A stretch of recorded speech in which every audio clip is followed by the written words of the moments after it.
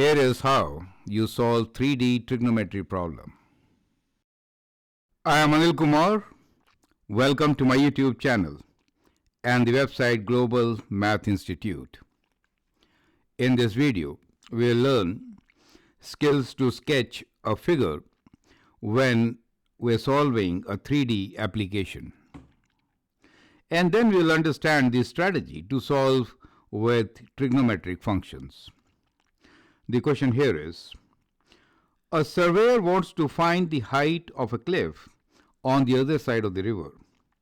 He lays the line AB of length 120 meters. From A, he selects point C on the base of the cliff and measures the angle CAB to be 52 degrees. He then selects a point D on top of the cliff directly above C and measures the angle of elevation of 34 degrees. He walks to a point B and measures angle CBA as 64 degrees. Find the height of the cliff. So as you read the problem, it's good to take note of the critical numbers given to you. You may read the question twice, right? So let's try to understand what the question is asking. Well, we need to find the height of the cliff which is on other side of the river. How do we do so? That is the question.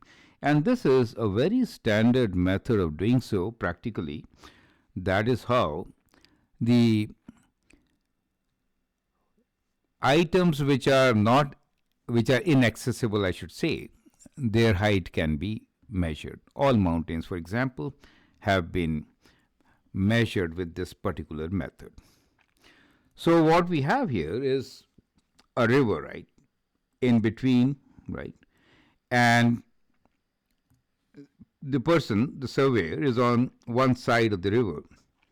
So he lays a line AB of length 120 meters, right.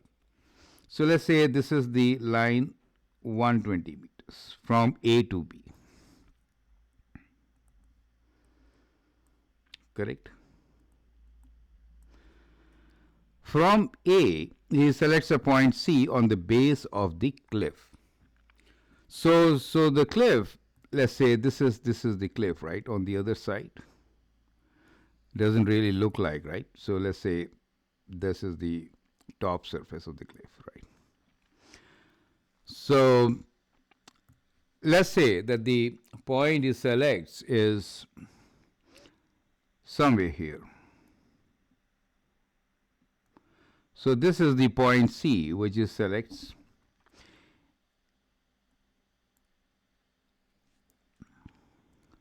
He selects a point C on the base of the cliff and measures the angle CAB and measures this particular angle CAB, which is 52 degrees. Make sense?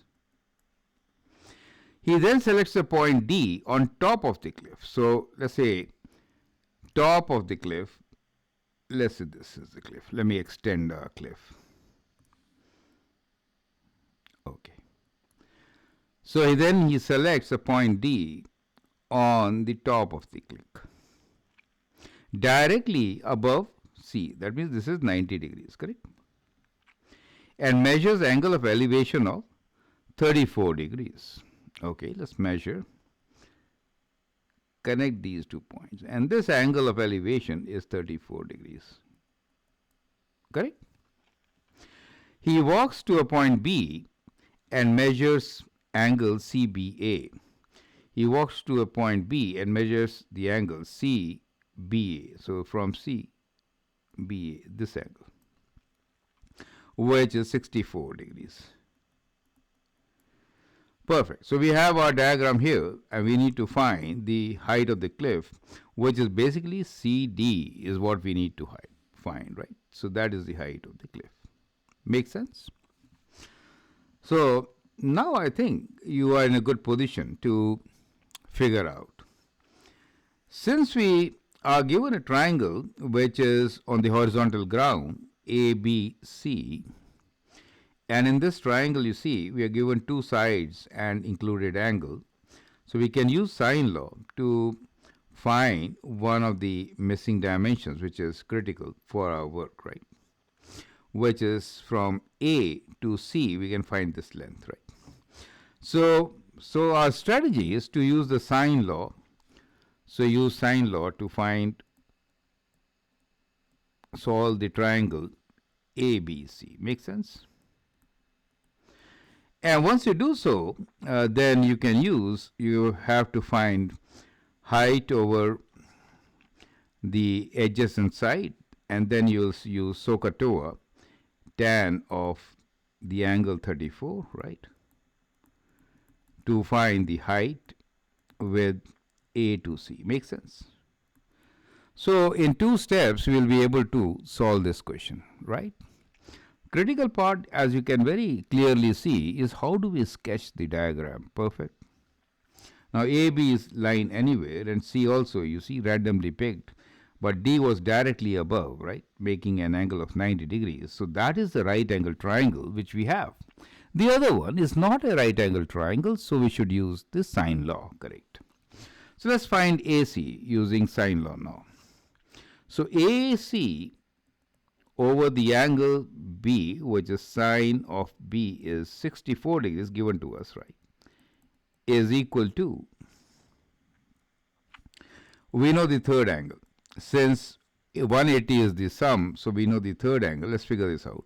So this is like 180 minus 52, I should write minus 52 and minus 64. What do we get? Angle is also 64. Now, since this angle, both these angles are equal, we could use, anyway, 64, let's write down. 120 meters, right, over sine of, because these two angles are equal, right, they turned out to be equal, then this length will be 120 itself, right? Anyway, in this particular case, it could have been different, right? I just took random angles, which gave us exactly the same angle actually. So we figure out that AC is also equal to 120 meters, right, in the given situation. So this came out to be equal, right? But that may not be the case. So sine law should have been applied. So we checked it later anyway. So since AC is also 120, we can now find the height using tan theta, right? So height is equal to, so tan of 34 is h over AC. So h is tan 34 times AC, right? So which is, we can write tan of 34 degrees times 120.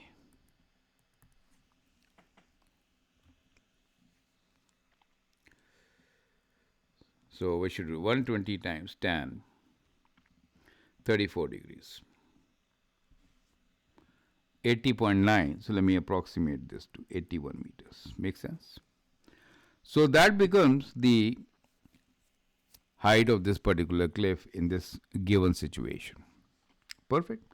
But I hope you understand the method of doing so. Perfect. Feel free to write your comment, share your views. If you like and subscribe to my videos, that'd be great. And in case you want to learn from me, send an email on the address given. Thanks for your time and all the best.